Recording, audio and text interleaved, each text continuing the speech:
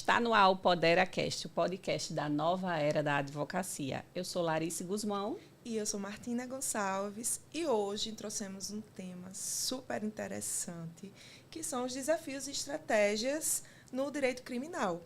Com esses advogados mais que especiais, doutora Caroline Nogueira e doutor Bruno Barros. Sejam bem-vindos ao nosso podcast. E aí eu já vou começar com uma pergunta. Doutor Bruno, para ser criminalista, precisa ter aquela energia assim, porque a gente conversou ali nos bastidores e eu disse, como assim ele é criminalista? Que energia é essa, doutor Bruno? Fala pra gente. Muito bom. Primeiro, muito obrigado pelo convite. É um prazer estar com vocês aqui hoje à tarde, com a doutora Carol, não é? Com o pessoal que está nos vendo, nos ouvindo. Olha, interessante isso, né? Quando a gente pensa na advocacia criminal, a gente pensa em crime. Quando pensa em crime, pensa em pessoas que cometeram crime. Na verdade, vamos ser sinceros, a gente pensa em bandido, a gente pensa em cadeia, a gente pensa em delegacia, a gente pensa em ML. Sangue. Então, sangue, não é? Briga, arenga, um round, né? Rinha de galinha. Exatamente. Né? A gente só pensa em coisa assim. Coisa Então, você pensa que um criminalista tem que ser... né? E quase um bandido também, né? Praticamente. Praticamente. Bem, a maioria acha assim, né? Acha assim. A maioria acha assim, né? Defensor de bandido, Quem defende bandido é bandido. Esse é o estereótipo que a gente tem, né? Eu acho que para ser criminalista não precisa... O que eu quero dizer é que cada um tem um jeito. E jeito não é defeito. Tá? Então, eu tenho o meu jeito, a doutora Carol tem o dela e vocês têm o de vocês. Então, eu não acho que tem que ter um estereótipo para ser um criminalista, sabe? Ele não tem que ser um cara... ele tem que ser um guerreiro, mas o que é um guerreiro? Não é um brigador. É um cara disciplinado e consistente. Perfeito. Um cara que não larga o osso. E isso não tem a ver com ser beligerante, com ser arengueiro, com ser brigão. Semana passada a gente estava fazendo um júri e assim, claro que você tem que ter a entonação de voz, né? As pessoas às vezes dizem que júri é teatro, mas não é que júri é teatro, mas é uma encenação, porque eu tenho que colocar os jurados no momento do crime, porque eles estão analisando algo que aconteceu depois, aí fica muito frio, muito frio. Então tem que ter a emoção. Né? Tem que ter a emoção, eu tenho que colocar ele no ambiente, nas circunstâncias e na mente do meu cliente. Porque é muito fácil você pegar o VAR e analisar se houve impedimento, não houve, se o pezinho estava na frente, não. Agora, seja o juiz da partida. Torcida berrando, dois times lutando, um passe longo e em frações de segundo você tem que tomar uma decisão. Aí o cara estava com o pezinho na frente, aí vai o VAR. Aí o VAR, o cara olha de um ângulo, olha do outro, olha de um ângulo, olha do outro. Eu não posso permitir que os jurados decidam assim, pelo VAR. Eu tenho que fazer com que os jurados decidam como se eles estivessem dentro da partida. Então, para isso, eu preciso de entonação, claro. Então, às vezes, você vai falar mais alto, mais baixo, mais tranquilo, mais calmo, mais pertinho, vai sorrir, vai fazer cara feia. Mas isso não significa ser um brigão, né? E isso aprende como, doutor Bruno? No dia a dia? Tem técnicas? Como é que vocês fazem hoje? Você já tem mais de 20 anos aí de carreira, né? Eu estou chegando nos 25. Diz, Carol, como é que tu acha que... Eu vou chamar de Carol, tá? Carol, tá... E vou chamar vocês tem menos tempo, então você. Vamos lá, saber de quem tem mais e de quem tem menos. Como é isso? Como é isso para você? Então, eu gostaria primeiro de agradecer também o convite, né? Estou muito honrada de estar aqui, já acompanhava o podcast de vocês. Parabenizar também pelo projeto que traga frutos aí brilhantes, tanto para vocês como para a jovem advocacia que assiste vocês, o público-alvo de vocês. Mas essa questão do estereótipo é complicada, né? Assim, porque eu escuto todas as vezes, literalmente todas as vezes que eu falo para alguém que eu sou uma advogada criminalista, as pessoas olham... Você. Então, como assim você? Primeiro porque eu sou mulher. E é uma área que é predominante. Se a advocacia já tem uma predominância aí do masculino, a criminal então nem se fala. E segundo que eu sou jovem, né? Então ela tem uma cara assim mais delicada e tudo mais. Então as pessoas não dão tanta credibilidade. Né? A gente teve uma cliente mesmo que ela chegou e falou bem assim, olha, eu fiz um acompanhamento dela na delegacia. Aí ela chegou e falou, olha, doutora, quando o doutor Bruno disse que você ia, eu não gostei muito, não. Porque eu disse, uma mulher vai me defender. Só que aí depois, quando você foi lá, fez o meu acompanhamento, eu achei ótimo você ter ido. Olha como são as coisas, né? A gente ouve isso, e aí eu também já ouvi durante a minha carreira aí, eu tenho mais de 10 anos de advocacia, e já ouvi também muitas vezes assim, você com essa carinha de novinha, né? A gente tem esse preconceito. E a gente ouve isso muitas vezes de mulheres. Sim. Então, a mulher, né, às tem vezes... Tem resistência à mulher. Tem mais até do que o homem, né? Às vezes a gente se sente meio acuada num meio assim, onde tem muita energia masculina, né? Muito do masculino, que já é o direito. Hoje em dia vem... acho que a gente já está aí meio equilibrado, né? Mas no mundo criminal, eu ainda penso muito assim. Quando a gente pensa em criminal, quando a gente pensa num júri, isso remete muito ao masculino, né? E existe esse preconceito ainda com as mulheres aí nesse meio, e vindo de mulheres, né? Que é o que mais nos admira. Mas é a nossa cultura, né?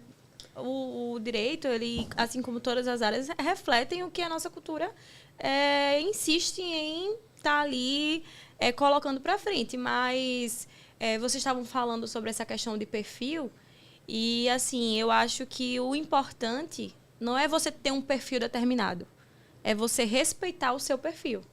Então, até mesmo, vou usar aqui como exemplo o Tribunal do Júri, que é o ápice, digamos assim, da advocacia criminal, né? Cada um tem seu perfil de fazer júri. Tem gente que é mais brigão, tem gente que fala alto, tem gente que é teatral, tem gente que é poético, tem gente que é mais técnico. Eu, particularmente, sou mais técnica. Eu não vou fazer... É muito difícil um dia fazer alguém chorar no júri. Porque eu não tenho essa pegada mais sentimental, entendeu? Eu sou mais técnica, eu sou mais prática. E isso na minha vida e na minha profissão. Então, eu não tenho como mudar quem eu sou porque eu sou uma criminalista. Não, eu vou seguir sendo quem eu sou e atuando da forma que eu sou, entendeu? Porque eu não deixo de ser a Carol. Explorando da melhor forma a habilidade que você tem e, claro, sempre em busca de desenvolver outras, né? Com certeza. É muito interessante. É isso que você disse, voltando à pergunta, né? Lá atrás que eu passei para ti, é que a gente pode ter talentos, dons, habilidades, mas nós podemos desenvolver também, sabe? E eu acredito que nós podemos desenvolver muito de novas habilidades, né? Eu sempre digo que o dom não está acima da disciplina. Quem é disciplinado, ele estuda, pratica, estuda, pratica, estuda, pratica, estuda, pratica. E se ele tem o dom e estuda, pratica, aí ele vai se tornar brilhante, ele vai se tornar gênio. A repetição aperfeiçoa, né? Eu tenho um amigo que ele toca violino. Ele recebeu uma bolsa, é mais jovem, bem mais jovem. Podia ser meu filho. Ele recebeu uma bolsa para estudar na Universidade Brigham Young, em Provo, em Utah. E ele toca violino. E ele dizia sempre assim, a repetição faz o mestre. A repetição faz o mestre. Né? Então, a gente pode aprender habilidades. Você pode ser um pouco mais encenativo, teatral. Você pode ser um pouco mais emotivo. Você pode ser um pouco mais técnico. E você pode aprender essas habilidades. Existem técnicas para isso. Você pode ir praticando, verificando o seu erro e progredindo. Sabe, aos poucos, dia após dia, ano após ano. É assim que a gente vai construir um grande profissional, né? Ele não nasce feito. Ele pode ter muitos dons, muitos talentos, mas é o estudo e a prática, o estudo e a prática, o erro e o acerto, que vai dando vai forjando um profissional mais completo em você. Mas aí tem que ser... Você também tem que querer isso, né? Porque isso gera tempo e sacrifício. Você não vai, isso não é de graça. Não é você querer para ir atrás, né? Porque tem que dedicar tempo para isso. Né? Nós consideramos, né, nós acreditamos que a gente está numa nova era da advocacia. Então, a advocacia, de 20 anos atrás tu não olhou é pra a mim e mesma. fez me chamou de velho e quase de ultrapassado. Então deixa eu logo te dizer, eu sou velho, mas não sou ultrapassado. Entendeu? A diferença, Mas é a esse diferença o ponto. é essa. Ela fez 20 anos, uma advocacia do passado, que não sabe nem o que é um chat GPT. A gente brinca, ó. Tá Gemini é melhor, tá? Para algumas coisas. E aí a gente tá numa nova era, onde a advocacia lá atrás não é a mesma de hoje, né? E aí eu queria também saber a experiência de vocês. Carol, que já entrou numa nova era, já entrou numa era diferente, né? Diferente da minha, que é diferente da sua.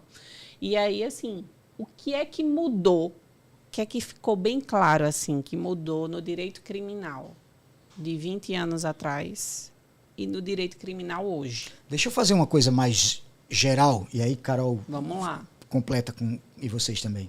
Quando eu era estagiário, na época a gente ia de mula para o fórum, né?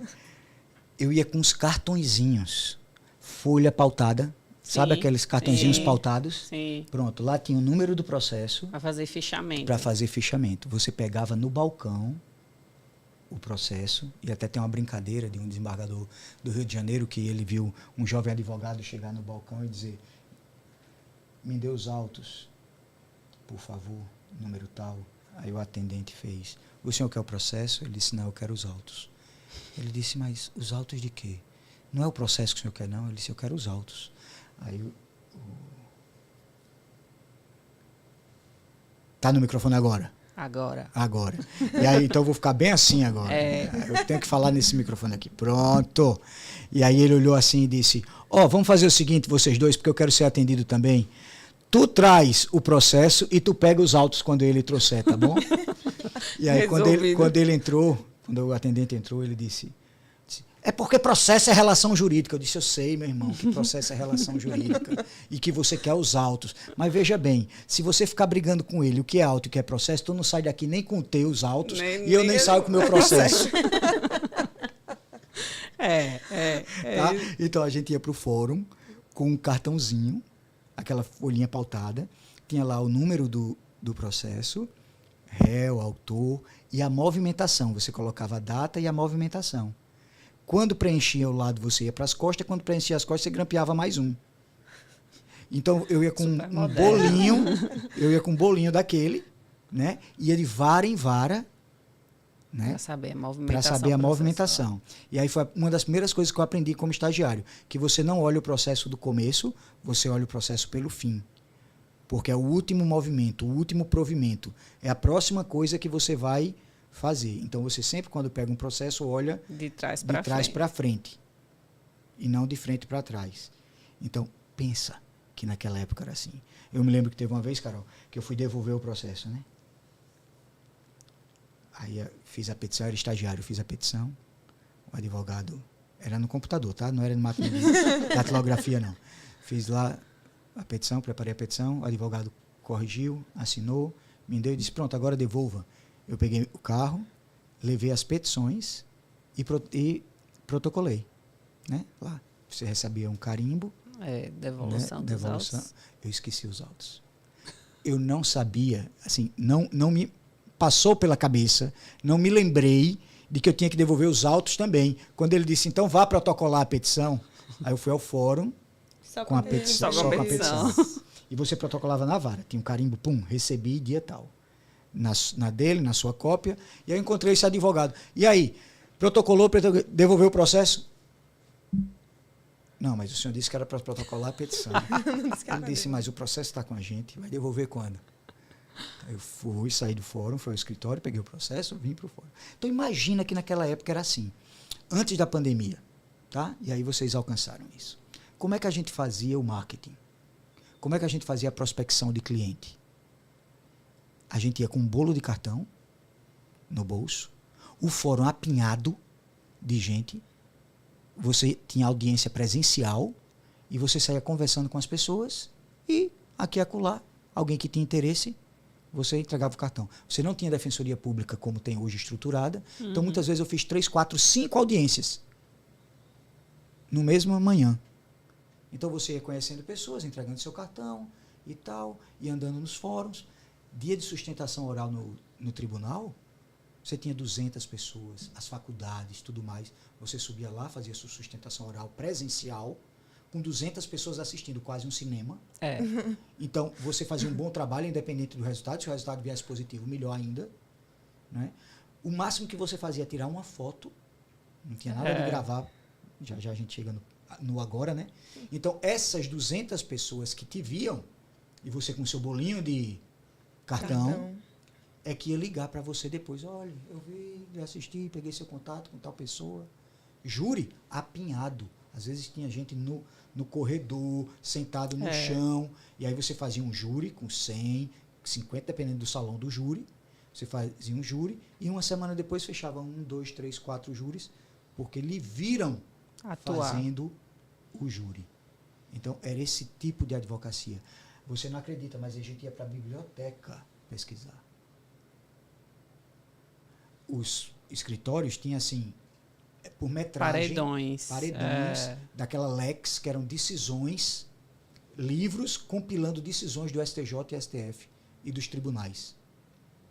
Que a gente pesquisava lá. Quando a gente achava uma decisão que se assemelhava ao seu caso, a gente vibrava. E era, você lia, botava o livro lá, tinha até umas coisinhas para colocar o livro do lado do computador, nada de 2 telas naquela época, e você digitava, até porque para que 2 telas? Olhar o que na segunda? Nada. Tudo no papel. Não tinha você consulta, tinha que ter vaga no papel. Então, às vezes você fazia à mão a petição, colocava a petição lá, e depois ia digitar a petição. Já pensou como era? Marketing, trabalho, pesquisa, ida ao fórum, tudo presencial, viagens e mais viagens. Eu viajava 2, 3, 4 vezes por semana para interior. Eu fico imaginando, e se perder um processo desse? Era o meu maior medo. Se perder, já era. Era ir para a faculdade da aula, com o processo dentro do carro. Roubarem o carro. E levarem o processo. O carro tem seguro acabou. E o processo. Teve uma vez um processo da Justiça Federal que um monte de volumes, você levava numa mala para tirar cópia. Deixava na casa da cópia, fiz mexão agora, mas era e eles tiravam lá as máquinas. Era um nicho comercial, tirar cópia de processos. Eles tinham máquinas e máquinas funcionando ao mesmo tempo. Assim, por segundo. Deixei lá. Quando peguei tudo encadernado, né, fui olhar o processo todo, 3 páginas faltando. No original. E no meu também. Isso é um frio na espinha. Eu não dormi. Eu peticionei. Aí eu saí buscando carimbo por carimbo, quem tinha pego, quem tinha devolvido, quem tinha pego, quem tinha devolvido. Para demonstrar que não só fui eu que peguei naquela semana e que não fui eu que tirei aquelas folhas do processo. Ainda tem isso, né? Poderia ser outra pessoa e sobrar para você. E sobrar para mim, porque alguém não conferiu. 10 volumes, 15, 20, eu não lembro quantos. Eu não dormi. Você imagina? Sumiu, abre inquérito policial, porque tem 3 folhas do processo perdida. Ave Maria.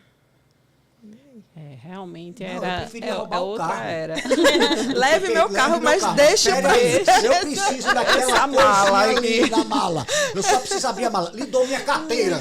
E a senha dos cartões. Mas a mala, eu preciso. Me leve, né? Me leve.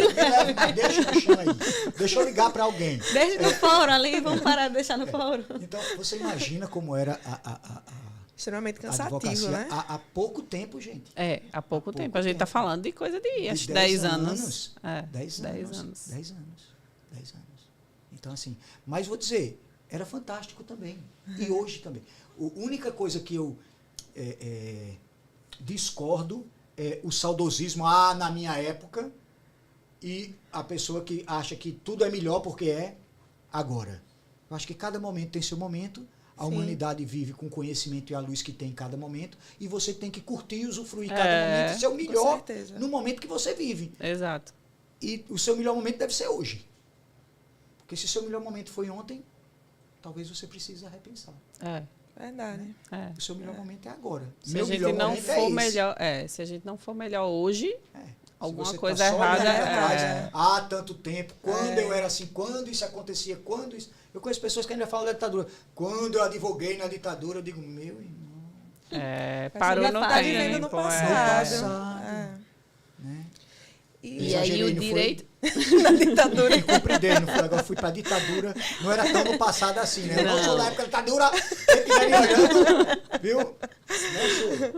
Eu tenho... Nasci em 75. 70... Eita, vou fazer as contas. Nossa, 54 tem quase de fevereiro do ano que 50. vem. Quase 50. 54 de fevereiro do ano que vem. Ó. E eu tenho uma pergunta que vou estender para os dois já. Podemos começar pela Carol. Uma curiosidade. Desde que vocês entraram e saíram da faculdade, vocês já tinham essa certeza de criminal, de que era a área que vocês queriam atuar? Eu sim. Na verdade, não é quando eu entrei na faculdade. O que eu via... eu não tenho ninguém na minha família do direito. Então, foi realmente uma escolha que eu fiz, né? Fui meio que uma pioneira na minha família de ir para a área do direito. O que eu conhecia do direito era mais o criminal, né? Porque é o que a gente vê, né? Em série, filme, é o que encanta. E aí eu tive uma pessoa no segundo período que ele foi meu professor de direito penal e era uma área que eu já gostava muito e gostei ainda mais. Foi né? inspiração. E aí, desde o início da faculdade, tudo meu foi voltado à área criminal. Meus estágios foram na área criminal. Fui monitora na área criminal, fiz projetos na área criminal. Foi do time do júri? Fui do time do júri, da faculdade, júri simulado, tanto daqui estadual como nacional. Ela participou do Campeonato Nacional de Júri Simulado, gente. Nossa. Ficou em qual lugar teu time? Segundo lugar. Na faculdade, isso. Foi, na faculdade. A bicha é boa. E assim, minha maior experiência acadêmica foi o júri simulado, né? Tanto nacional como estadual. E então, assim, eu sempre... o direito criminal sempre foi a minha certeza, assim, de tudo. Porque é o que eu gosto de fazer. Por mais que você faça outras áreas, que você aprenda outras áreas, que é importante sair da caixinha também, você tem que fazer também o que você gosta, né? Não pode deixar nunca de lado o que você gosta, estudar sobre... Porque, pra mim, quando eu fiquei decidindo... Na verdade, eu não tive nem dúvida, né? Sobre em que área seguir na segunda fase da OAB, por exemplo. Mas, assim, quando me perguntavam, Carol, por que você não vai para um constitucional? Ou alguma coisa que tem menos peças, é mais fácil de estudar? Eu dizia, minha gente, não adianta, porque para a segunda fase, você precisa fazer naquilo que você vai dispor tempo para estudar. E o que eu gosto de estudar é o criminal. Sim. Então, eu vou fazer outra área para quê? Porque é mais fácil. Não, eu vou na área que eu gosto de estudar. E aí eu fui sempre pro criminal. E talvez nem fosse mais fácil, por ser algo que você não gosta de fazer, se torne algo mais difícil, penoso, né? Mais penoso, exato. E uma vez me ensinaram assim. E eu fiz isso quando eu estudei para a OAB. Foi o único concurso que eu estudei foi para a OAB. Né? Porque uma coisa é certa, eu sabia que eu queria advogar.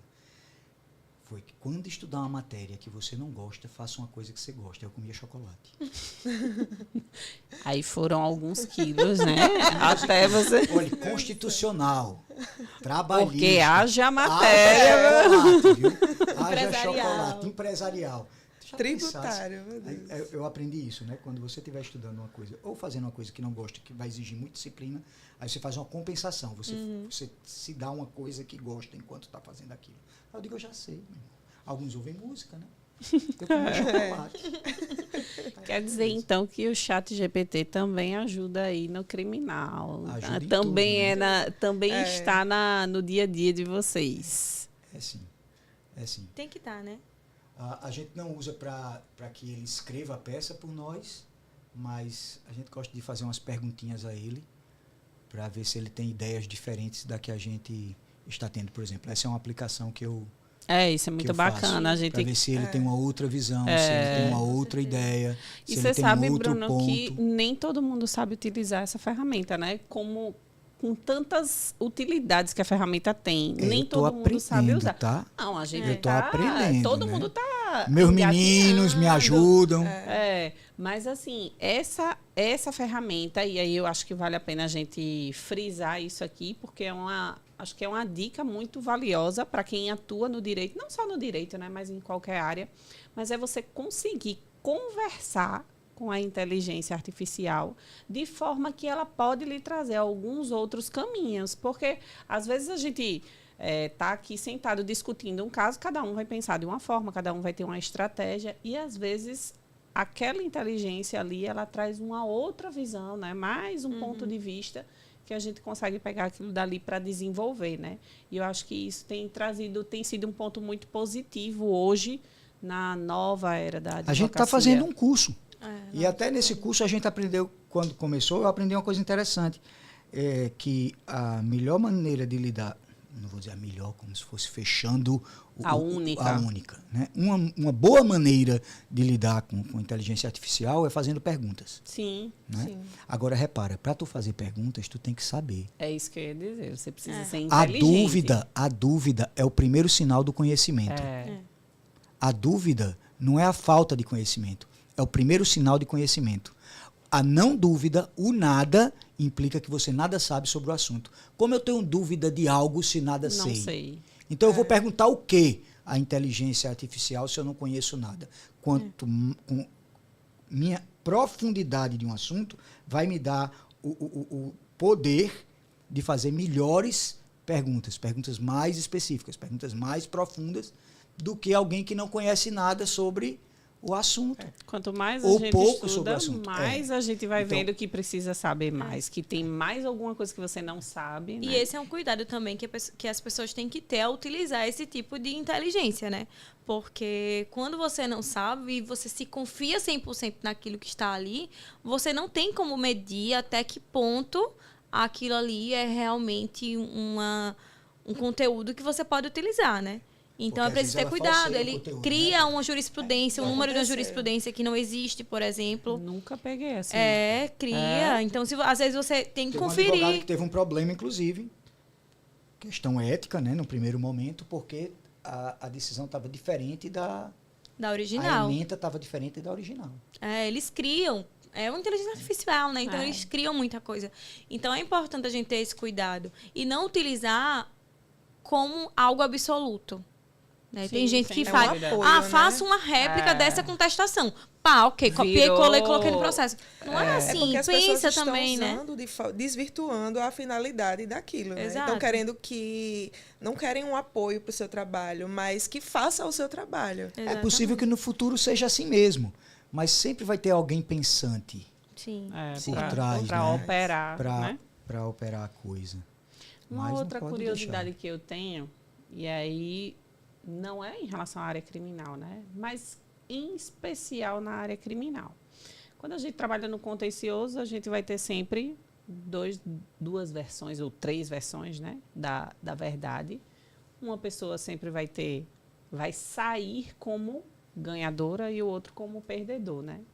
E no criminal, o que eu tenho curiosidade é o seguinte: quando chega um cliente lá no escritório, chegou um cliente e aí pode ser tanto um caso de júri ou não, ser outro tipo de crime.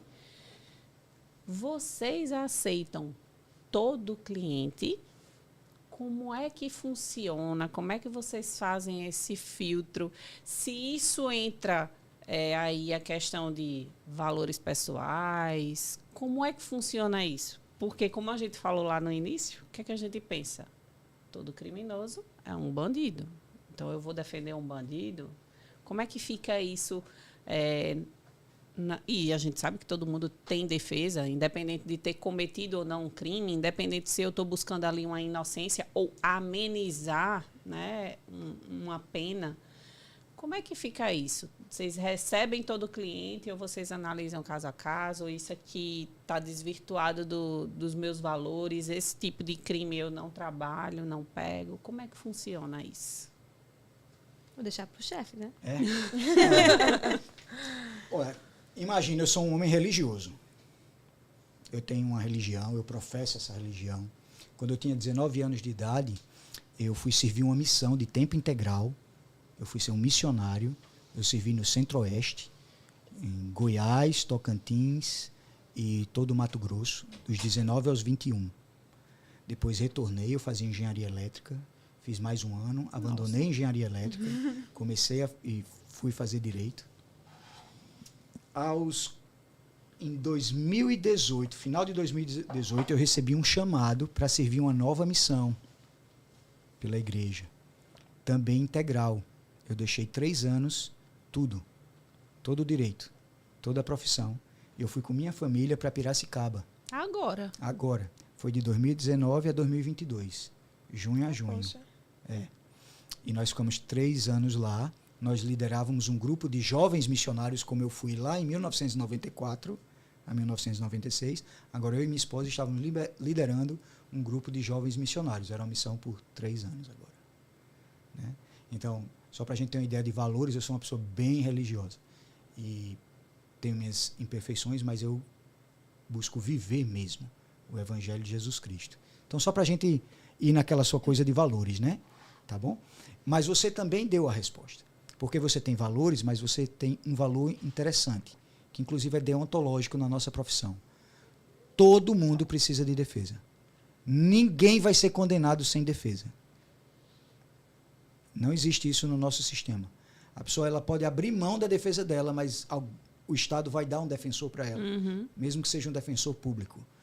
Num júri, se o advogado ou advogada, o defensor ou defensora, não demonstrar verbalmente qual é a tese e que essa tese é benéfica de alguma forma para o réu, o júri é dissolvido, o conselho de sentença é dissolvido. Acaba. Eu participei de um assim. Eu era assistente de acusação. Eu vou citar o nome dele aqui, porque é uma pessoa que eu gosto demais, Dr. Márcio Roberto, que hoje é desembargador. Ele era o promotor, era assistente de acusação dele. O advogado se levantou, 5 minutos, 10 minutos, 15 minutos, 20 minutos, eu olhei para o Dr. Márcio e disse, ele está condenando, né? Ele disse, não é. Ele disse, é. Mais 5 minutos, nada, o Dr. Márcio levantou e fez, excelência, qual é a tese da defesa? Porque até agora ele está condenando o cliente dele. Eu nunca vi, ó. Nunca vi isso acontecer. E eu vou pedir a dissolução do conselho de sentença. Aí o magistrado olhou assim e fez, o senhor tem mais 10 minutos para expor qual é a tese de defesa. 10 minutos se passaram e nada. O conselho de sentença foi dissolvido. Significa que acabou. Acabou. Acabou, sim. Acaba. Ele não vai ser julgado. O advogado foi representado na OAB por falta técnica. Sim, ele não tinha técnica suficiente para atuar num júri. Então foi representado na OAB por isso. Né? E foi marcado um novo júri. E o réu tinha 10 dias para um novo advogado ou um defensor público. Vê como é sério quando a gente trata de defesa, né? O nosso sistema criminal e o sistema de defesa. Agora, o indivíduo ter que ter defesa técnica não significa que tem que ser você. Sim. Que tem que defendê-lo, né? E você deu a resposta. No nosso sistema, por exemplo, um homicídio qualificado vai de 12 a 30 anos. Você pode ser absolvido, você pode pegar 12, você pode pegar menos que 12, porque você tem causas de diminuição de pena. Por exemplo, o que a gente chama de homicídio privilegiado. Né? Uma injusta provocação da vítima logo depois do crime, a pena dele pode, por exemplo, ser reduzida de 1/6. Então ele pode ter uma pena até menor. A gente pode desclassificar um crime de homicídio para uma lesão corporal seguida de morte. Em vez de 12 a 30 anos no homicídio qualificado, é 4 a 10. A gente pode defender que o homicídio não foi doloso, foi um homicídio culposo. Então, de 12 a 30, cai de 1 a 3. Não né? significa então, que vai ser absolvido. A tese não tem que ser sempre absolutória. Não é? A tese não tem que ser sempre absolutória. E muita gente acha que é só isso, né? É só isso. Que o Ou crime ganha não é ou só perde, isso. Ganha né? ou perde. E às vezes até por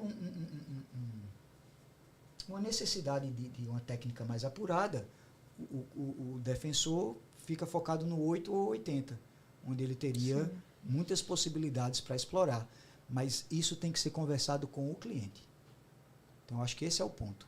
Quando você chega no meu escritório, eu tenho que conversar com você. A primeira pergunta que eu faço é, qual é a sua expectativa? E eu vou analisar seu caso e vou dizer, por enquanto, essa sua expectativa para mim não é alcançável. Você vai me dar mais alguns dias e eu posso dizer, mas por enquanto eu não consigo isso que você está dizendo, não. E a gente tem que dizer qual é a expectativa que pode dar ele, entre o pior e o melhor. Esse júri que a gente fez na quarta-feira passada, eu falei sobre 4 possibilidades. com o cliente. E a gente teve a felicidade de ter uma absolvição completa, que podia passar pelo homicídio culposo, que podia passar por uma pena menor com a causa de diminuição, ou podia passar por uma pena que ele saísse de lá preso. Olha o tamanho de oportunidades aqui, né, que ele tinha. Então, cada caso é um caso. Não tem nenhum caso que eu vá dizer a priori que eu não vou defender. Mas eu quero que vocês saibam de uma coisa, que é curioso. Ninguém chega no primeiro dia e... Sim. Porque confissão, principalmente, requer confiança. Sim. E confiança, ela é adquirida. Por mais que você seja uma advogada brilhante, lhe indicaram, você viu o Instagram, né? A advocacia de hoje. Né? Viu o Instagram e tal, etc. Tem coisinha no TikTok, no YouTube e tal, etc. Faz podcast, parará. Mas confiança vem de relação. É de relacionamento. Então, ele não solta tudo na primeira entrevista, no primeiro momento, né? Então, eu já disse não para alguns casos, já disse não para algumas pessoas, já até saí de causas depois, não é? Mas é caso a caso mesmo, não tem nada, não existe um não a priori para mim, não sei como é para você. Não, sim, e eu acho que o importante também é ter transparência, né, com o cliente. Eu vejo muita gente aí prometendo resultado, dizendo, não, em tantos meses você vai ser solto. E isso é muito perigoso, porque é uma coisa que não depende da gente. O que a gente pode prometer é ser o melhor profissional possível naquela situação. Tipo, o que eu prometo para um cliente eu vou dar o meu melhor. Eu não posso prometer, eu vou te soltar. Ou a gente vai conseguir te absolver. Não tem como a gente prometer isso. Nem pode, né? É até antiético a gente fazer isso. Então, a gente tem que ser sempre transparente com aquelas pessoas que nos procuram, para que a gente possa trabalhar dentro do leque de possibilidades e mostrar tudo o que pode acontecer. Tem gente que, por exemplo, já chegou pra gente e a gente disse, olha, não tem muito o que ser trabalhado aqui nesse caso. E depois até que a pessoa ficasse com procure defensor público e não gastasse dinheiro com a gente. E aí quiseram permanecer, mas foi uma situação escolha, né? A gente deixou muito claro. Eu quero ter vocês como meus advogados. Ok. Só estou dizendo a você. Sabe, não cria expectativa, né? A fratura está tão exposta que a gente pouco vai poder fazer por você. A honestidade e transparência também gera conexão. Sim. E isso, assim, vocês falando aí, eu estava pensando na nossa atuação, né? Quando a gente senta com um cliente... Então, quando a gente senta com um cliente, o alinhamento de expectativa é que é o mais importante. Porque, às vezes, o cliente senta na sua frente e ele quer uma coisa que você sabe que é impossível de conseguir. Então, não adianta a gente sentar, conversar com o cliente e prometer expressamente, acho que quase nenhum advogado promete. Mas... leva para esse caminho. Ele deixa nas entrelinhas, né, que ele vai conseguir aquilo que o cliente quer ouvir do advogado. E, às vezes, o nosso papel não é... Às vezes, não. Nosso papel não é esse. Não, né? Nós somos técnicos. Não é, exatamente. A gente ele tem que tem falar... direito de querer muita coisa. Exato. A gente tem o dever de dizer para ele que pode ter. Até onde ele pode chegar. Então, a nossa atuação também é muito baseada nisso, no alinhamento de expectativas, porque não adianta a gente prometer, não vai entregar, não vai conseguir entregar, você vai ter ali um cliente frustrado, um cliente que vai falar mal, né, da sua atuação como advogado, e você também. Assim, a gente se frustra quando eu queria isso, mas não deu isso. Só que quando você tem a expectativa alinhada, você sabe que eu não consegui isso, mas eu sabia que existia essa possibilidade daquela situação não se concretizar. E aí a gente tem outras possibilidades. Agora imagina, e aqui eu não estou querendo dizer área A, área B, área C, mas com a área criminal a gente está tratando de um bem diferenciado, né? Entenda? Não quero diminuir nenhuma área. Mas quando dá errado, vamos colocar essa palavra, dá errado, quando a expectativa é muito frustrada, você está falando de anos preso. Você chegar para uma pessoa e dizer para a pessoa, meu irmão, é o seguinte, não vou perguntar quantos anos você tem, não, mas eu vou dizer, eu tenho 49. Você imagina, você chega para mim e diz, meu irmão, é o seguinte, nos próximos 10 anos, você vai ficar em regime fechado. Significa dos 49 aos 59. Só que 10 anos dentro de um presídio não é 10 anos aqui fora. É. Totalmente diferente. É bem diferente. Aí você sai de lá com 60 anos, dentro de um presídio 10, imagine como você sai. E sai aos 60. A gente estava dizendo agorinha que a advocacia nos últimos 10 anos assim, Mudou completamente. Mudou porque a velocidade, por causa da tecnologia e informação é tão grande, que imagina 10 anos dentro de um presídio, quando você sai aos 60. Tem caso de que alguém vai ficar lá por 15 anos, no regime fechado, sem direito de progressão alguma, 20 anos. Você imagina isso? Você olhar os seus próximos 15 anos, tu imagina, quantos anos tu tem? 23. Imagina se eu dissesse para você, você vai ficar dentro do presídio, só vai sair aos 38 anos. Morreu para a vida. Morreu para a vida. Morreu quase pra... eu ligar uma sentença de morte, sabe como é? Então você tem agora, por exemplo, com o feminicídio. E aqui eu não estou querendo defender quem mata a mulher, não. Por favor, não é isso que eu estou dizendo. Mas a pena do feminicídio hoje é tão alta que começa com 20. E se tiver qualquer circunstância que a gente chama no homicídio normal de qualificadora. Por exemplo, ele matou por estrangulamento. Ele matou a vítima sem ela poder se defender. Sabe como é? Uhum. Aumenta de 1/3. Nossa. Não, de 1/3 à metade. Então você tem de 20 a 40, que pode ser aumentado de 1/3 à metade. Você pode ter alguém inteira. com 60 anos de pena. Você tem que cumprir 55% no presídio. Se um cara pegar 50 anos, 40 no feminicídio, vamos chegar lá, de 20 a 60, vamos botar 40 aqui assim, no meio. Ele tem que ficar 22 anos em regime fechado. 22. Essa jovem advogada tem 27. Imagine, ela teria minha idade quando fosse sair do presídio. Só que a gente não está falando de uma vida normal, né? Ana Missuti diz que pena é vida, porque você conta pena em dias, meses e anos. E ela diz que a pena é uma não existência. Você conta quando entrou no presídio e quando saiu do presídio. Todo o resto é uma expectativa de sair. Que então, visão, né? Eu não quero dar uma importância a uma área ou outra, mas quando você não tem um alinhamento de expectativa, uma transparência na comunicação com o seu cliente, uma conexão, você pode ter um desastre ao fim do processo. Porque no nosso caso, vamos falar aqui numa aposentadoria, né? A gente está falando também de, 30 anos de trabalho, 35 anos de trabalho, uma vida inteira de contribuições, né? A gente trabalha em sua maioria com médicos. Então, um médico que dedicou a vida dele inteira à medicina, contribuiu, e a expectativa dele é que ao final da vida, que todo mundo diz assim, é quando a gente mais precisa, você vai ter uma contraprestação justa por aquilo que você pagou. E aí você senta com o cliente, você alinha com ele que, olha, você tem direito a uma aposentadoria no valor de X. Ah, mas eu queria o teto. Tá, mas o teto não dá para ser. Porque é matemática. Então, eu vou fazer lá as contas e vou ver. O teto é impossível você receber. Então, o meu cliente, ele já sai dali sabendo que ele não vai receber o teto. Por mais que ele ache justo ou injusto, é o que é.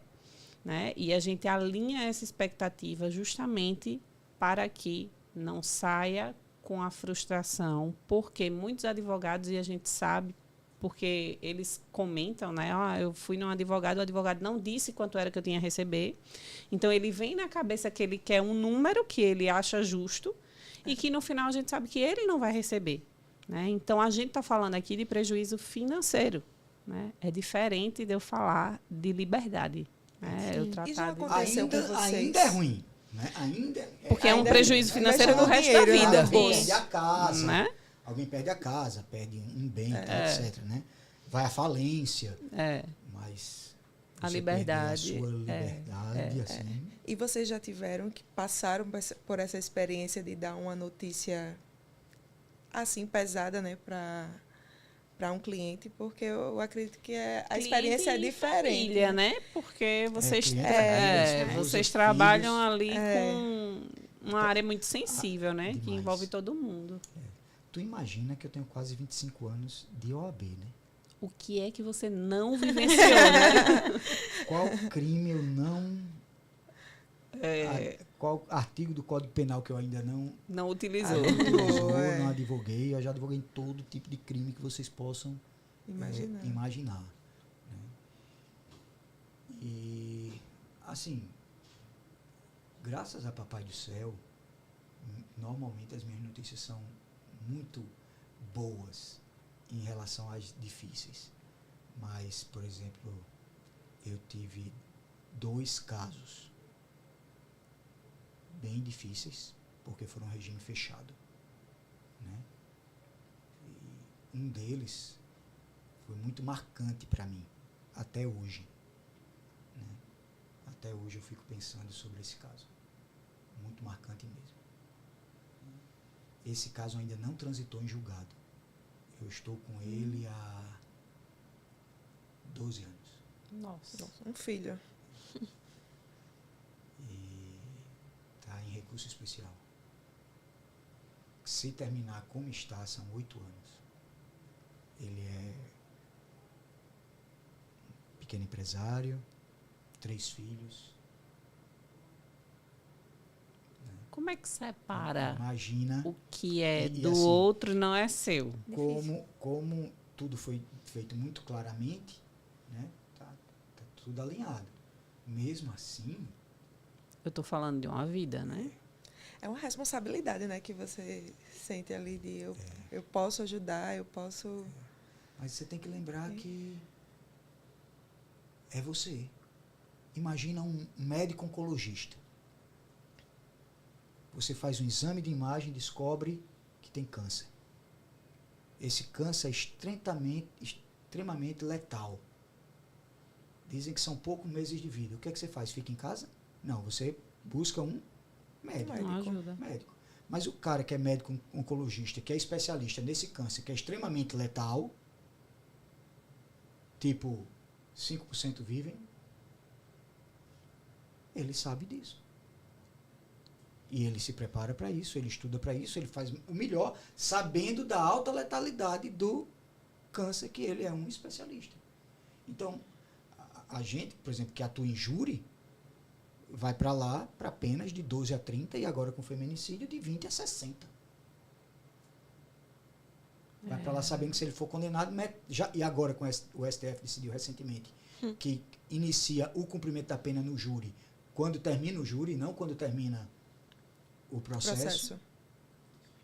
Então, se o cara pegar mais que 8 anos, ele sai de lá para o presídio. Ele tem que ir com você, com a bolsinha e a família preparada. Todo mundo preparado já, né? Porque se for condenado a mais de 8 anos, não volta com a família. Sai de lá para o sistema prisional. Né? Mas quem é que vai defender? Você pode até escolher e dizer, não, tem estômago não, velho.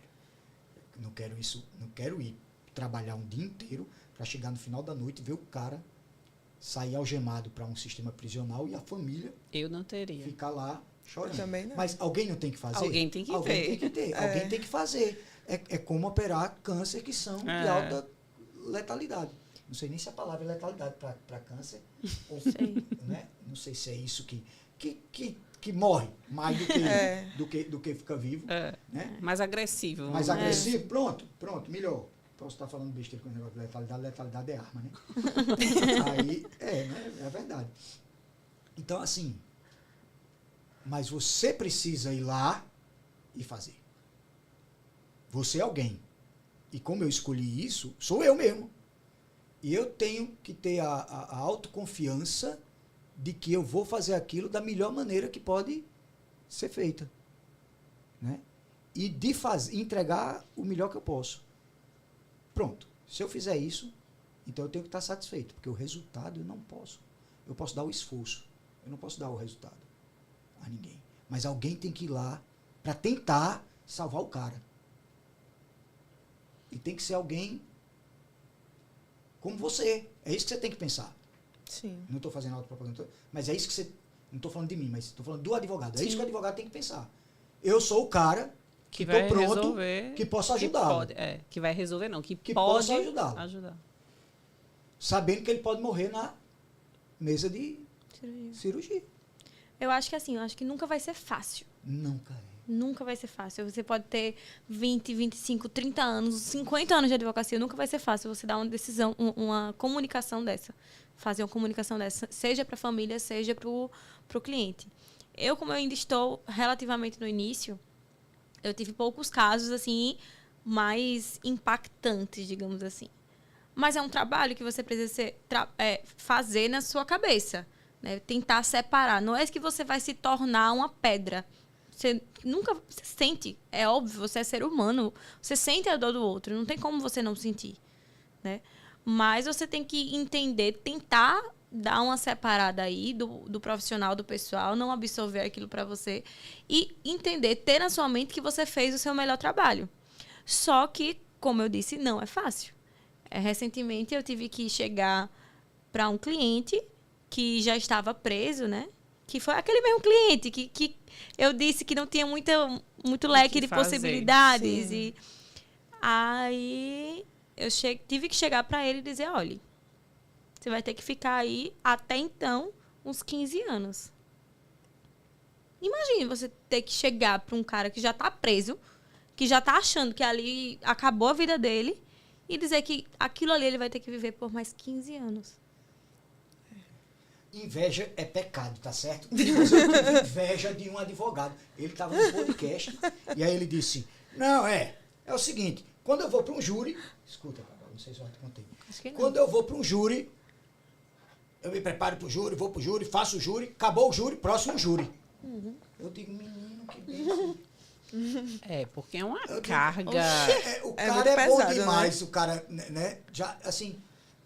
Antes do júri, eu fico umas 3, 4 noites sem dormir direito. É isso que eu ia perguntar. Como é o emocional? Porque não tem... No dia, então, nem se fala. Nem se fala. E o pós... Júri, parece que eu levei uma pizza. Né? E se a notícia for ruim, eu vou ficar ainda abalado... Mais uns 2 dias. Mais uns 2, 3 dias até me recuperar para tentar alguma coisa depois. E ficar pensando, se eu tivesse feito isso, se eu tivesse... Porque o VAR é massa, né? A melhor coisa que tem é você olhar o seu caso para apelar, né? Você trabalhou anos no caso, aí deu errado, aí chega para mim para eu olhar os seus erros porque eu vou apelar. Agora eu tô olhando no VAR. O negócio é na hora ali. Agora, na hora, com a luz que tem, ao vivo e a cores, tomando as decisões em frações de segundo. Pensando rápido. Pensando rápido. Ou com a luz que tem, ou com o que lhe foi dado. Porque é muito fácil você mudar quando deu errado. Ah, deu errado. Parou, então vamos olhar o que deu errado. Joia. Mas quando você está caminhar, você não está caminhar para dar errado. Né? Não tá. Então é muito bacana o coleguinha pegar o seu trabalho de anos para olhar, eu teria isso feito aqui isso. Meu irmão, você não sabe quantos dias eu fiquei pensando, faço isso. Estudei, conversei, parei, me aperriei, levantei, vou fazer isso, vou fazer aquilo, fazer isso, aquilo. Porque não tem, para casos complexos, não tem respostas simples. E é muito interessante. E nem certa, né? Nem certa, não tem. E é muito interessante vocês falarem isso para as pessoas que estão querendo atuar, ou que já atuam há pouco tempo, verem que não é só com elas, que com 25 anos aí de advocacia, você ainda fica nervoso. Júri demais. Quando minha esposa faz, você vai infartar. Um dia desse ela fez, amor, mas você não se acostumou ainda. Eu não consigo. Não tem como. Eu tenho inveja daquele cara do podcast lá, que ele estava dizendo que era super acostumadão. É porque cada um é uma vida que você está lidando, né? Não então... perdia meia hora de sono. Eu digo, misericórdia, eu não tenho meia hora de sono na noite anterior. Eu estou tão acostumado que quando eu me acordo de madrugada, eu já sei que eu não vou dormir, eu passo todo o processo na cabeça. Não, eu não teria essa discussão, não. Às 6 horas da manhã eu fico passando o processo na cabeça, as testemunhas, o que eu vou perguntar, o que eu não vou, o que eu posso dizer, como é que eu vou abrir o júri, como é que eu vou fechar o júri, introdução, começo, meio e fim, e tal, etc. Se acontecer isso, aquilo, porque eu sei que eu não vou dormir mais, não adianta ficar me forçando. Então eu já sei o que eu vou fazer. Fico deitado, acordado, de olho fechado, repassando o júri. Pelo menos meu corpo Cada tá área descansando. tem a sua beleza, né? Cada Entendeu? área meu tem... corpo não está descansando, eu não estou deitado. É isso, mas a mente é aqui, né? E minha mente aqui, ó, trabalhando o júri.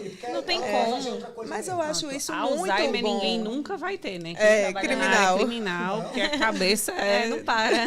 Mas eu acho isso muito bom porque humaniza, né? Sim. Não é aquela coisa mecânica, automática. Você não trata a vida, literalmente, realmente, Como um do papel, outro né? como um papel, mais um processo, mais um caso. Não. E nem pode, né? Vocês trazem essa carga emocional e humanizada para esse atendimento, né? Agora, não estou criticando ninguém que é melhor do que eu nisso, tá? Eu queria ser melhor um pouquinho. Eu gostaria de... Ser um pouco mais frio. De sentir menos, de somatizar menos, sabe? Sim. Eu gostaria. Não é meu jeito, mas eu gostaria. Eu achei o cara extremista, o cara que disse que só perde meia hora de sono. Eu fiquei com inveja. Eu disse, meu irmão... Eu queria ser esse cara. Eu disse assim, olha, se eu fizer 2 juros na semana, você pode me internar na outra. Não, mas eu fiz um júri de acredito. 2 dias, minha imunidade baixou e eu adoeci. Eu acredito nisso. Acredito também. Agora, mês passado, não foi, Carol? Foi. Um júri de 2 dias. Aí eu tive que viajar para uma designação religiosa no dia seguinte, de madrugada. Quando eu voltei, já voltei doente. Porque minha imunidade baixou, 2 dias de tensão muita direto. muita carga Ali. emocional. A gente fez um podcast com uma advogada de família, né? Pronto, é pior. É pior? É pior. Nossa Eu acho que Senhora. era pau a pau ali. pior. Agora eu tava pensando, eu acho que... 10 júri e um divórcio eu não quero. Misericórdia, vou tirar o celular daqui. Eu disse, meu Deus, como é que Rapaz. separa o emocional, o que é seu, o que é do outro e assim, como é que você consegue carregar essa... Porque é uma carga pesada que você Olha, leva. Você no criminal é você versus o Ministério Público. É, Tá certo? é. É o Estado, é um ente É. do outro lado. Raramente, quando é uma coisa menor, queixa-crime, um estupro, né? Aí você tem assim, nem sempre você vai ter uma família da vítima, sabe? Às vezes tem. Sim. Mas normalmente quem está no outro lado é o Ministério Público, que é É. um ente acusador, o órgão acusador. Né? Sim. No direito de família. É outra família. 2 indivíduos lá É. se engafiando numa sala de audiência. É. Quando acha que um traiu o outro, quando sabe como é que é? E aí quando tem um desamor, que vira um ódio, e aí briga por tudo, aí tem um menino, aí desconta para tem o quem ego, ganha né? Carol. Pode falar porque eu já Não, falei pode demais. falar. Não, eu acho que também o direito de família, até para o advogado em si, ele te dá muitos gatilhos, né? De coisas que você vive no dia a dia, né? Que você pode ter passado, né? E pode ter passado. E isso acaba também influenciando na forma que você vai estar ali atuando. É. Então, e a maioria dos casos que a gente vê aí dos noticiários de briga em fórum de... Eu só fico esperando a facada para defender criminalmente. Porque Você devia ficar na porque porta na das porta audiências. das audiências de família, os tapas, as injúrias, a Eu acho que é um difamação, as nicho, calúnias. viu? É um nicho. É um nicho. É um nicho. Talvez aí Vamos pensar a gente aí. possa abandonar aí e fazer nicho, né? Crimes de família. Crimes de família. Ai, Porque é super seríssimo. específico. E no direito de família, do outro lado, você tem um coleguinha, advogado. Entenda. Que nem sempre ela é algo, Agora- inclusive, né? Agora tu mexe no vespeiro, não. Os coleguinhas, os familiaristas, vice? Não mexe. Eu fiquei até calado. Eu ia dizer um negócio, aí o Caleito falou, mas assim, eu quero mexer no vespeiro. Porque tem os honorários de sucumbência, tem um contratual, tem o êxito, não sei o quê. Então o coleguinha tá lá, ó. É. 2 coleguinhas também. É. Entendeu? Aqui você tem um órgão. Né? É quase- Chama do quarto poder. É. O acusador, a acusação. É quase uma Com não todo persona, respeito. digamos. Eu tenho muitos colegas, pessoas que eu admiro no Ministério Público, né? Então, há muitos anos a gente convive com o Ministério Público. Mas é uma não persona, entendeu? Porque você pode ter um promotor... Eu já tive um processo que teve 3 promotores diferentes, vai marcar o júri agora, já está para o juiz marcar, vai ser o 4º. Ou seja, Esse não processo tem tem envolvimento 10 anos ali comigo, passaram 4 promotores, pelo menos, que eu estou lembrando agora. E pode ter 5, 6, 7, porque não tem É. uma coisa Uma assim, relação uma de relação de personalidade, personalidade dele com o caso. Meu caso. É. Né? O júri da semana passada Sim, já semana mesmo. passada, o promotor, que foi extremamente justo, ele disse, peguei ontem. Ele nunca tinha atuado naquele Nunca tinha atuado processo. no processo. Agora, que Ele não loucura ofereceu isso, a né? denúncia, ele não ofereceu a alegação final, ele não instruiu, ele Não não participou da participou de investigação. investigação, ele não fez contra-razões de nenhum recurso, ele não recorreu em nada. Ele chegou para fazer Caiu no o colo. júri. E... Ele estuda, Agora tem que faz. respeitar, né? Porque Não, e ele eles caras fez são, nada. não, e eles são competentes e tudo mais, É. etc. Estuda pra caramba, né? Isso que eu tô dizendo. Mas tô dizendo assim, não tem um vínculo. Não Sim, tem. com Não tem um certeza. vínculo. É. Né? É diferente. No direito de família, meu irmão, é bruto. O esquema é bruto no direito de família. É. Eu tenho até medo. Eu não consigo me imaginar na área criminal, porque eu já atuei uma vez. O primeiro caso da minha vida, assim, apareceu no meu colo, criminal. O rapaz estava preso no meio da pandemia. Aí lá vai eu pro presídio, Olha. recém-formada. Fui lá. Aí a minha sorte é que minha tia trabalha lá. Aí a minha tia me ajeitou lá. Mas assim, eu fiquei, eu acho que eu passei assim umas 2 semanas mal. Ele estava todo arrebentado, assim. Que É tinha... quando eu vi Caiu. Eu perguntei a ele como Caiu foi porque isso, faz meu pouco filho? tempo eu Ele, escorreguei. Não, me No prenderam banheiro. aí no caminho. No caminho eu capotou escorreguei. o carro e eu fiquei assim, meu Deus. Porque faz pouco tempo, né? Não prescreveu ainda. Aí ele se machucou. Se machucou. Eu fiquei assim, tão mal, assim, impressionada. E ele ainda pediu uma remoção, porque ele estava sendo ameaçado onde ele estava. E eu, meu Deus, o que é remoção? O que é que eu faço? Com quem eu falo? Eu fui ligar pra minha tia, né? Eu, tia, me socorre, ele quer uma remoção. Eu peço pra quem? Eu peço pra quem? Ela, faça por escrito. Aí eu, no carro, eu peguei uma folha de papel. Meu cliente está sofrendo ameaça. Tem que ser trocado. E foi. Ainda consegui uma sentença boa pra ele, porque a pena dele foi baixíssima e ele saiu. Essa é a ideia. Uma sentença boa. É a melhor sentença possível. Pronto. É isso que tem que fazer. Esse é o bom resultado. Esse é o bom É o resultado. bom resultado. Só que mataram ele depois. Eu fiquei tão mal. Depois, acho que Ele foi solto, foi ele foi morto. solto. Depois de umas 2 semanas, ele morreu. A advogada nem honorários recebeu. A mãe dele me Ó, ligou no que ela pedindo... pensou, tá vendo? Esse pessoal que trabalha com as áreas mais financeiras, tá vendo como é que é? Só pensa nisso. A mãe dele ainda estava pagando as parcelas. E aí, quando eu recebo a ligação, eu pensando que era para ela dizer, vou depositar, que ela, doutora, estou precisando de dinheiro para o enterro. Digo, mulher, Devolve uma parcela. Devolve uma parcela para ajudar. É. Isso mesmo. Nunca vi, mas também fiquei tão mal, assim, meu Deus, se eu não tivesse trabalhado, ele ia estar preso, mas ia estar vivo, né, pelo menos, sei lá. É uma confusão, assim, que você fica. Eu não quis mais, não, atuar, não. Faz muito tempo. Tem uns 20 anos. Algumas pessoas foram presas, acusadas de tráfico de droga. Aparentemente, uma pessoa era mais velha, né? E essa pessoa, que foi acusada de ser o líder, ficou preso. Os outros 4 foram soltos. 2 semanas depois, mataram os 4. Eita. Quando eu fui visitar o cliente, ele me contou e disse, tá vendo, né? Tudo tem um propósito. Eu continuo aqui, mas continuo vivo. Vivo. Ele me disse isso mesmo. Eu fiquei assim, aterrorizado com aquilo. Eu era novinho, né? Na advocacia, fiquei aterrorizado com aquilo. Mas olha, lembrando que a advocacia criminal, você tem hoje muitos nichos, né? Sim. Você não tem só os crimes de sangue, você tem agora esse novíssimo nicho que é esse crime de influências, né? Uhum. De bets, de jogos, né? Que você está vendo aí... Influenciadores, né? Tá tendo muitos casos assim.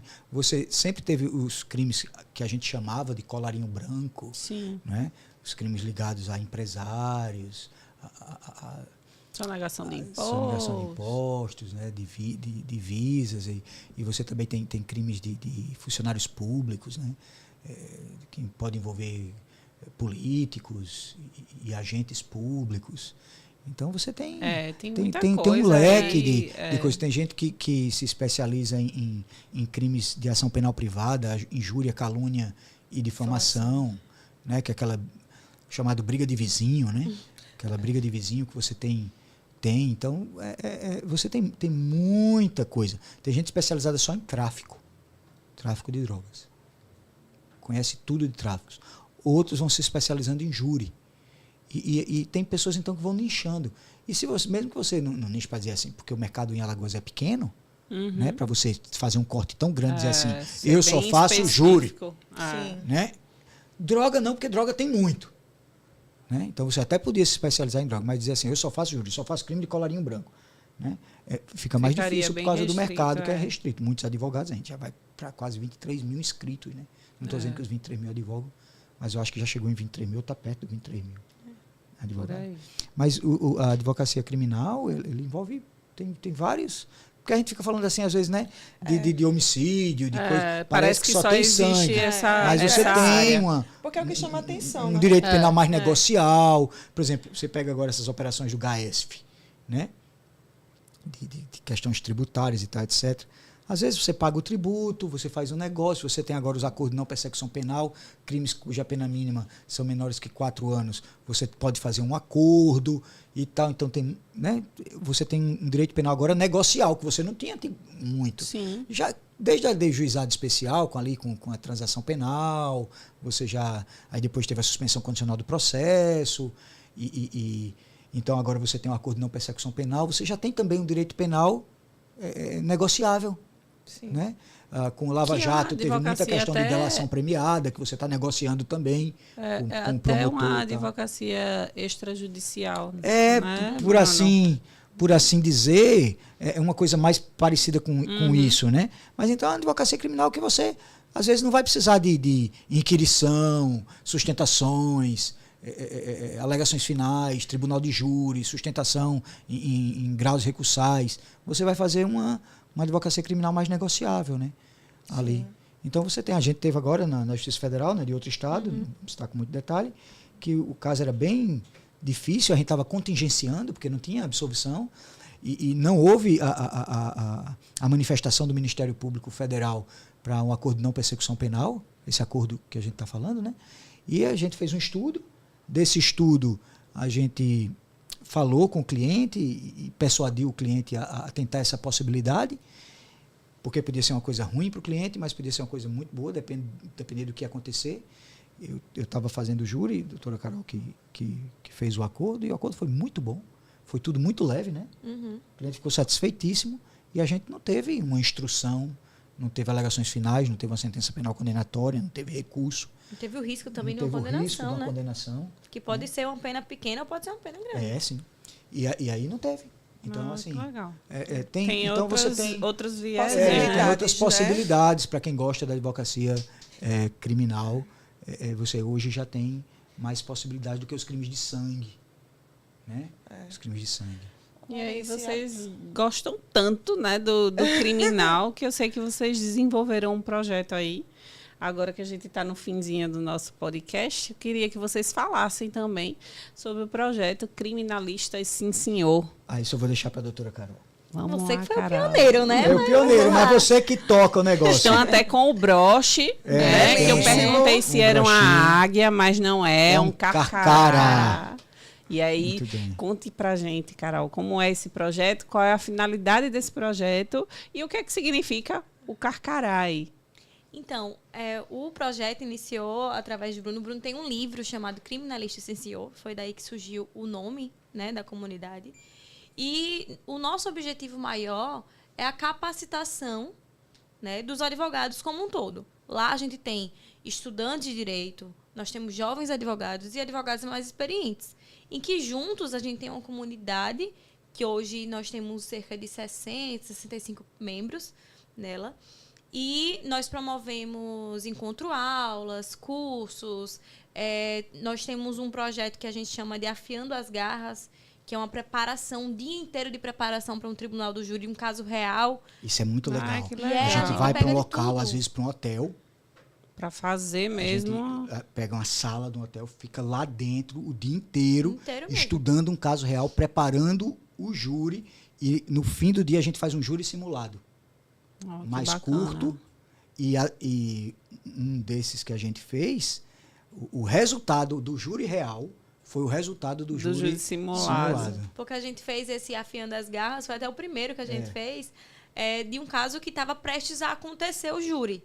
Né? Então, a gente fez toda essa preparação, o estudo do processo, com autorização da família, claro. Isso é importante, tá? A gente não faz se o cliente não autorizar, né? e a família. Porque por mais que o processo seja público, a gente sempre gosta de ter esse cuidado. Claro que o processo público, ética, né? Processo público, qualquer um pode entrar, colocar o nome dele e pegar as peças. Não é? Mas é uma questão ética, de bom senso, de bom tom. Exato, até porque é de responsabilidade de vocês, né? O processo. Até porque o cara está sendo exposto para mais pessoas, mas eu explico a ele o que vai acontecer. E normalmente todos querem que isso aconteça, porque entendem que no fim das contas, isso termina servindo para a gente também, né? Com certeza, são mais cabeças pensantes ali, né?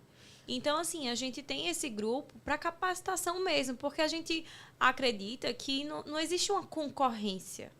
Né? Eu ensinar alguém não vai me fazer menos merecedor de um cliente, ou, não, aquela pessoa vai me roubar o cliente porque eu estou ensinando a ela, eu estou ajudando ela a evoluir naquela situação, que talvez eu tenha um pouco mais de experiência naquilo.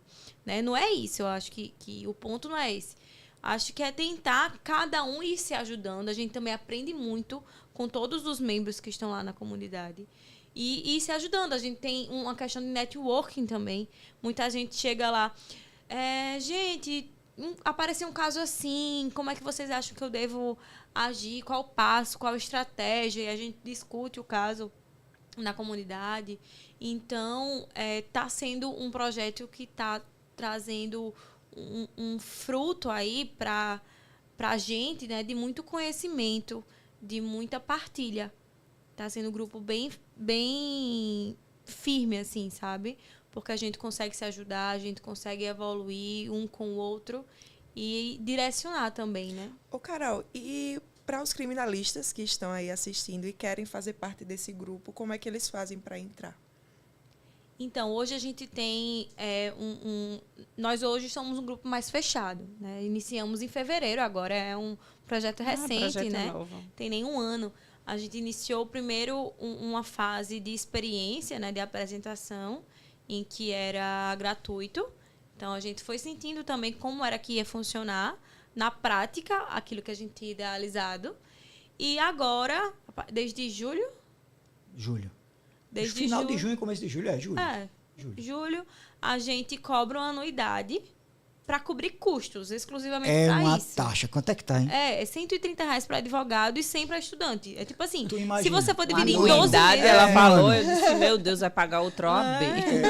Um ano, né? Você tem encontro-aula, você tem afiando garras, você tem imersões. Não, só de você estar inserido num grupo. Você está num grupo de WhatsApp fechado tirando dúvida. Às vezes a pessoa não quer tirar dúvida em público, eles me procuram no particular. Privado, né? E tem sido bem interessante. Isso é uma das coisas que eu considero também da nova era da advocacia. Eu acho que tem muito advogado hoje que está vindo com a ideia de compartilhar conhecimento, e isso é muito bacana, porque hoje a gente tem essa visão de que eu compartilho conhecimento, eu também estou aprendendo, eu estou aqui fazendo networking, eu estou inserida num ambiente de pessoas que têm a mesma finalidade que eu, têm os mesmos objetivos, e isso faz toda a diferença para uma construção profissional. E antigamente a gente não tinha essa visão. Antigamente era assim, advogado, colega é meu concorrente e acabou. A gente não tinha amizade entre advogados, assim, aquela amizade mesmo. A não ser que você trabalhasse no mesmo escritório e olhe lá. Né? Mas hoje a gente tem essa visão e parabéns para vocês que estão com esse novo, essa nova visão, estão trazendo conhecimento, querem disseminar aí e fortalecer a advocacia que vocês escolheram. Chama as duas para o encontro-aula. Vamos. Para elas escolherem um tema. Normalmente os encontros-aulas duram 1 hora. Tá? Às vezes 1h30. Aí dá para a gente falar sobre crimes previdenciários. Então. Ou pode ser algo, por exemplo, a gente gosta muito de coisa fora da caixinha. Um dia desses a gente estava falando sobre prospecção de cliente. Que legal.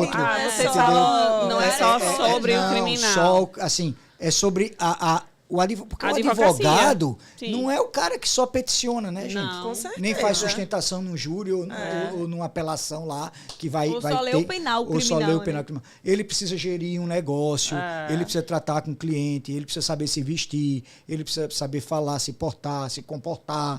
Então, tudo isso a gente tenta trazendo profissionais diferentes, né? Agora mesmo eu quero trazer um psicólogo, um psicanalista, uma coisa assim, para tratar da questão emocional. Hoje eu tive com uma jovem advogada e ela disse, Bruno, eu engordei 12 quilos em 6 meses.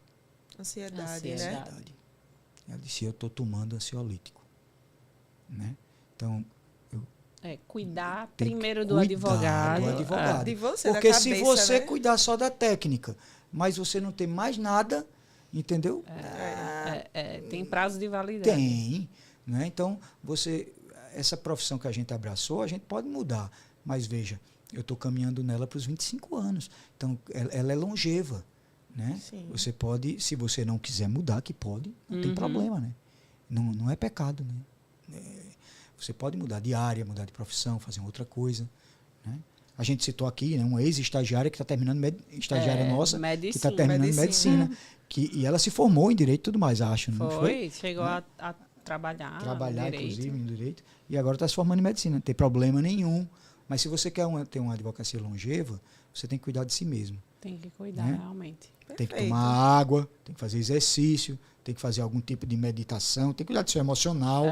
Né? Então, isso a gente. Quem está muito envolvido com essas isso a gente busca emocionais. ajudar, sabe? O atendimento ao cliente, essa coisa de alinhar expectativas, coisas que você não aprende na faculdade, nem na pós-graduação. Sabe como é que é? Aí a gente tenta passar com a ajuda de vários colegas que a gente tem. E às vezes é de outra área. Quero que você vá lá para falar sobre atendendo o cliente, encantando o cliente, né? Fidelizando o cliente. E a gente falou, os outros episódios, a gente falou sobre isso também. Trouxemos até uma psicóloga também, não pois foi? entendeu? É muito interessante. Não é assim? É porque nós somos a advocacia precisa de mais completa, habilidades né? do Não que é o só. direito, né? Aliás, só o Pontes direito. dizia isso, né? Quem só direito sabe, nem direito sabe. Claro que ele quis isso falar de outra coisa, precisava saber de filosofia, de não sei o que, não sei o que, não sei o que. Mas a gente traz para isso, parafraseia para dizer, um advogado ele tem mais coisas do que a questão técnica. Como ser humano, né? A gente precisa de várias habilidades. E aí, na advocacia, não seria diferente. Não. Gente, eu adorei a conversa. Amei. Foi muito legal conhecer um pouquinho do universo aí do criminal, que a gente tem uma visão assim, meio bruta, né? Meio.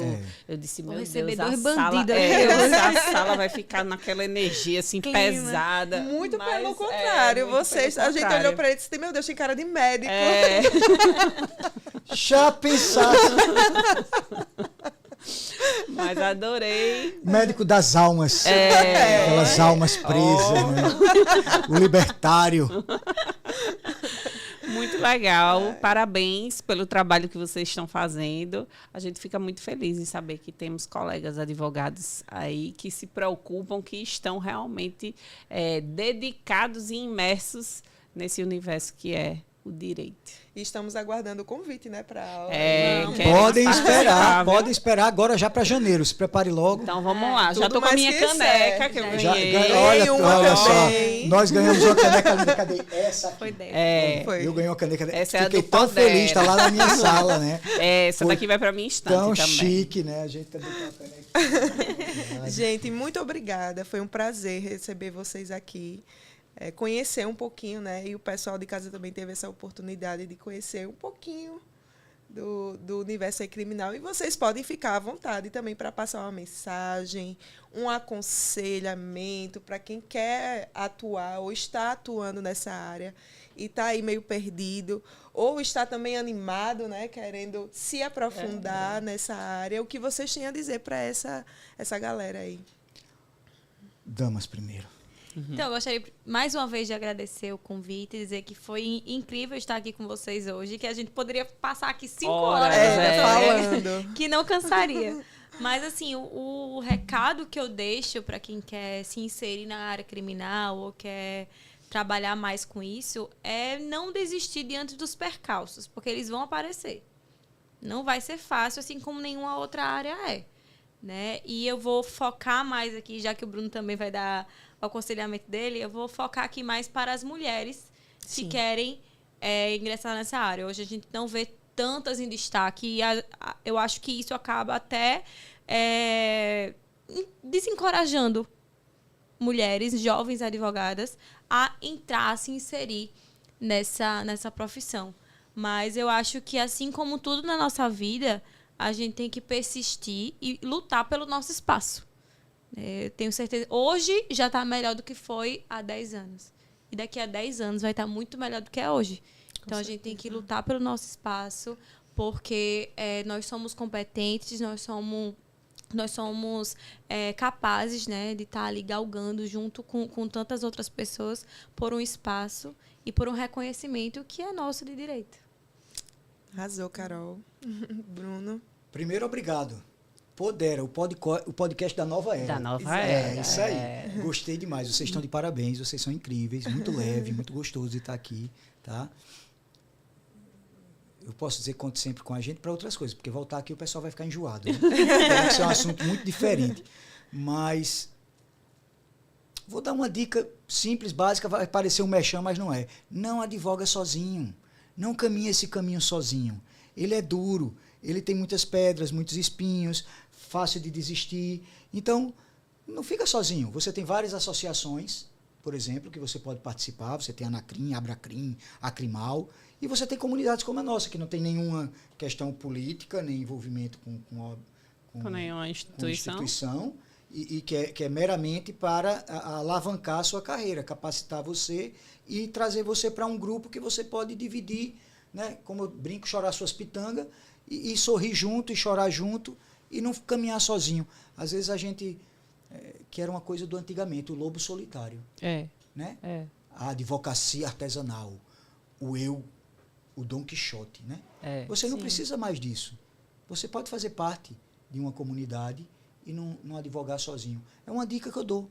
Não fica sozinho. Você vai crescer mais rápido, você vai aprender com a experiência de muitas pessoas, ao invés de aprender com sua experiência sozinho, só com seus erros. Quebrando cabeça. Você, não é questão de salto, né?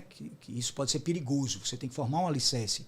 Mas talvez você não precise passar por certas situações, né, que alguém pode te ajudar nesse tempo. E você também pode compartilhar o seu conhecimento dentro da comunidade. Então, não anda sozinho. A segunda coisa é cuida de você. O advogado começa com a pessoa. Às vezes, quando você vê alguém muito nervoso na audiência, tenso, beligerante, é um problema pessoal. Às vezes é um abraço que a pessoa está precisando. Está precisando de um ombro amigo.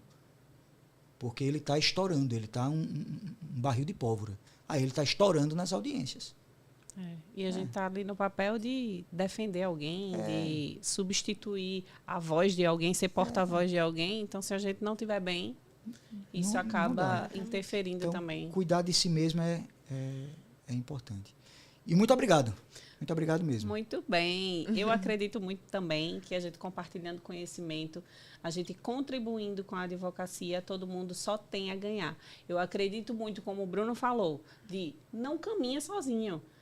Mentores tem aí, a gente tem muitas comunidades que acolhem tanto o jovem advogado como aquele advogado que já está há algum tempo na advocacia e ainda não se achou, às vezes precisa de uma ajuda, uma parceria. Então, eu acho que isso é o que fortalece a nossa profissão. Esse foi mais um episódio do Podera Cast, o podcast da nova era da advocacia.